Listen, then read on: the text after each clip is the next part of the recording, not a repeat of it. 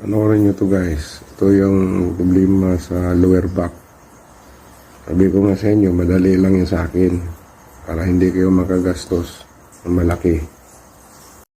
Nagsimula to nung Lunes pa lang. Pero ngayon medyo okay na. Tapos ang pinaka-ano ko madalas yung dito, punong na to dito. Masakit. Dalawang tila. Dito, isa yun.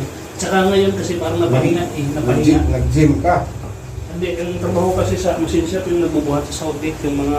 Saudi ka galing. Mister mo.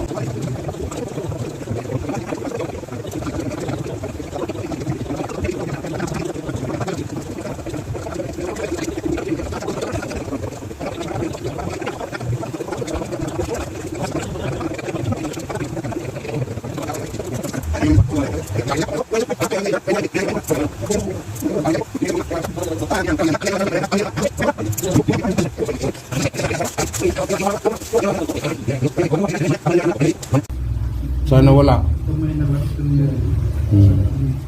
Sarap pakiramdam. Sige, ikaw, samayin mo. Ano yung pulmasa.